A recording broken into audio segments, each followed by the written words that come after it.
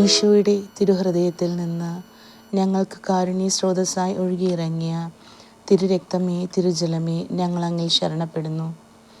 ഈശോയുടെ തിരുഹൃദയത്തിൽ നിന്ന് ഞങ്ങൾക്ക് കാരുണ്യ സ്രോതസ്സായി ഒഴുകിയിറങ്ങിയ തിരുരക്തമേ, തിരുജലമേ, ഞങ്ങൾ അങ്ങിൽ ശരണപ്പെടുന്നു. ഈശോയുടെ തിരുഹൃദയത്തിൽ നിന്ന് ഞങ്ങൾക്ക് കാരുണ്യ സ്രോതസ്സായി ഒഴുകിയിറങ്ങിയ തിരുരക്തമേ, തിരുജലമേ, ഞങ്ങൾ അങ്ങിൽ ശരണപ്പെടുന്നു.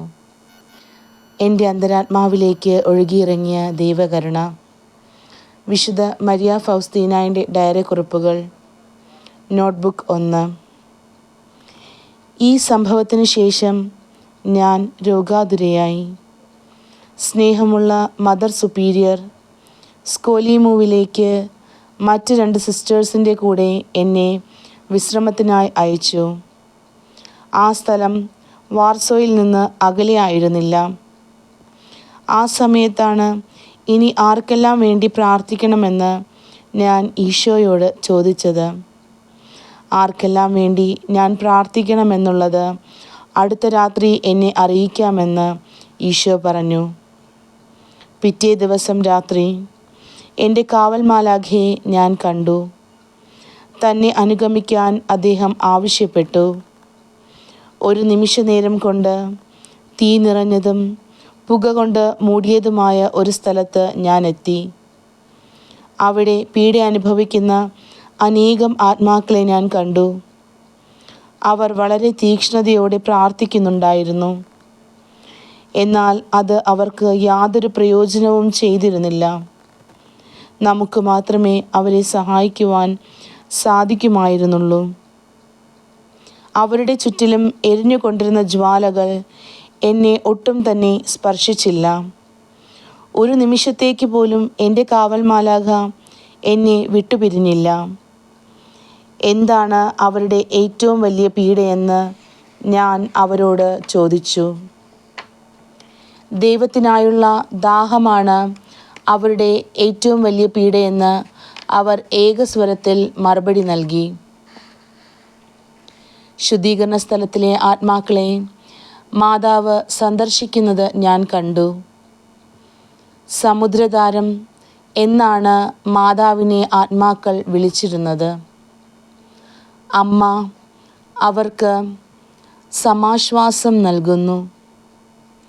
അവരോട് കുറച്ച് സമയം കൂടി സംസാരിക്കാൻ ഞാൻ ആഗ്രഹിച്ചു. എന്നാൽ എൻ്റെ കാവൽ മാലാഖ അവിടെ നിന്ന് പോകാൻ സമയമായി എന്ന അടയാളം കാണിച്ചു. പീഡനത്തിൻ്റെ ആ പാറാവിൽ നിന്ന് ഞങ്ങൾ പുറത്തു കടന്നു. ഞാൻ അന്തരാത്മാവിൽ ഒരു സ്വരം കേട്ടു. അത് ഇങ്ങനെ പറഞ്ഞു: എൻ്റെ കരുണ ഇതാഗ്രഹിക്കുന്നില്ല, എന്നാൽ എൻ്റെ നീതി ഇതാവശ്യപ്പെടുന്നു. ആ ദിവസം മുതൽ പീഡ അനുഭവിക്കുന്ന ആത്മാക്കളുമായി ഞാൻ ഉറ്റബന്ധം പുലർത്തിയിരുന്നു.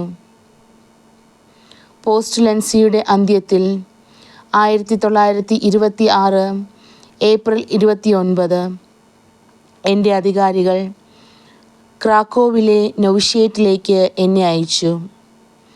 എൻ്റെ ആത്മാവ് പറഞ്ഞറിയിക്കാൻ വയ്യാത്ത സന്തോഷം കൊണ്ട് നിറഞ്ഞു. നൊവിഷ്യേറ്റിൽ ഞങ്ങൾ എത്തിയപ്പോൾ സിസ്റ്റർ ഹെൻറി മരിച്ചു.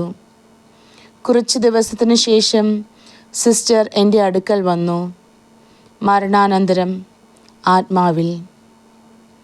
നോവിസ് മിസ്ട്രസിൻ്റെ അടുക്കൽ ചെന്ന് തനിക്ക് വേണ്ടി ഒരു ദിവ്യബലിയും 3 സുകൃത ജപങ്ങളും അർപ്പിക്കാൻ തൻ്റെ കുമ്പസാരക്കാരൻ ഫാദർ റോസ്പോണ്ടിനോട് ആവശ്യപ്പെടാൻ പറഞ്ഞു.